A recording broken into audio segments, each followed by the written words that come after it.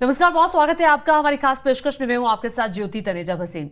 देखिए, आजकल के वर्चुअल वर्ल्ड में, डिजिटल वर्ल्ड में तकनीक का इस्तेमाल बहुत ज्यादा बढ़ गया है और तकनीक का इस्तेमाल करने से आपके कई सारे काम आसान हो जाते हैं, लेकिन कई मुश्किलें भी पैदा होती है। एक मुश्किल जरा देखिए जो आप अपने आसपास नजर अभी दौड़ाएंगे तो आपको दिख जाएगी। ईयरफोन जो आप अपने कान में लगाते हैं, किसी को हेडफोन लगाए देखते हैं, किसी को ईयरफोन लगाए देखते हैं, लेकिन ये ईयरफोन जो है ये असल में आपको कितना नुकसान पहुंचा रहा है ये आपको आने वाले वक्त में पता चलेगा। WHO की रिपोर्ट कहती है कि 100 करोड़ युवा आने वाले वक्त में बहरे हो सकते हैं, उनके कान के सुनने की क्षमता प्रभावित हो सकती है। क्या वाकई में ये जो आंकड़े WHO की तरफ से जारी किए गए हैं ये वाकई सही में तब्दील होता हुआ दिखाई दे रहा है? इसी पर बात करने के लिए हमारे साथ शरण सिंघी साहब जुड़ गए हैं, ENT स्पेशलिस्ट हैं। सर, मैं आपसे नाक, कान, गले के बारे में हर सवाल पूछूंगी, लेकिन WHO की इस रिपोर्ट पर आप क्या कहते हैं? नमस्ते ऑल द व्यूअर्स। डेफिनेटली ये तो WHO का जो ये डाटा है ये पूरे वर्ल्ड के लिए है, बट इंडिया भी like almost is on the verge of becoming a developing country. तो इंडिया में भी और यूथ की बहुत ज़्यादा पॉपुलेशन है एंड जो यंग पीपल हैं वो बहुत ज़्यादा मोबाइल्स, क्योंकि आजकल सारा कुछ लैपटॉप का काम, सब कुछ का काम तो मोबाइल पे ही आ गया है। इवन पेमेंट हम करते हैं तो मोबाइल से करते हैं।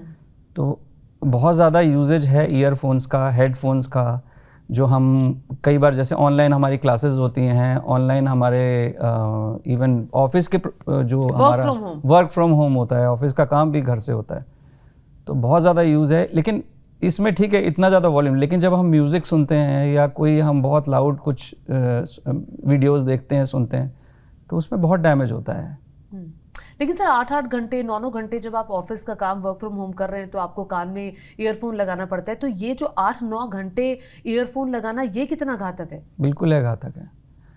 क्योंकि देखिए इसमें एक जनरल रूल है जो कि WHO की तरफ से ही रिलीज़ करी गई थी बहुत साल पहले, कि 60-60 का रूल है। 60-60 का रूल मतलब 60 डेसिबल साउंड अगर 60 मिनट तक कंटिन्यूसली सुन रहे हैं आप तो दैट इज़ ओके, बट उसके बाद अगर हम सुनते हैं तो डैमेज हो सकता है। और ये 60 डेसिबल एक लॉगरिथमिक वैल्यू है। लॉगरिथमिक वैल्यू मतलब रेज टू द पावर 10। तो जब ये 60 से 70 डेसिबल होता है या 80 डेसिबल होता है तो टाइम लिमिट जो सेफ है वो बहुत कम हो जाता है। लाइक सपोज अगर 90 डेसिबल आप पहुंच गए तो इवन 10 मिनट्स का साउंड भी डैमेज कर सकता है। यानी कि हम बहुत एज पे चल रहे हैं, इतना इस्तेमाल है जो आपको लगता है कि अभी भी कई लोग ऐसे हैं आपके पास चूंकि पेशेंट्स आते होंगे, क्या बहुत लोगों को शिकायत है ईयरफोन, ईयरबड और हेडफोन लगाने से कि बहरेपन की शिकायत बहुत लोगों में सुनने को आ रही है? सिर्फ बहरापन नहीं, मतलब कम से कम 9-10 चीज़ें में इफेक्ट पड़ता है, जिससे मैं एक एक करके आपको इन्यूमरेट कर सकता हूँ शॉर्ट में।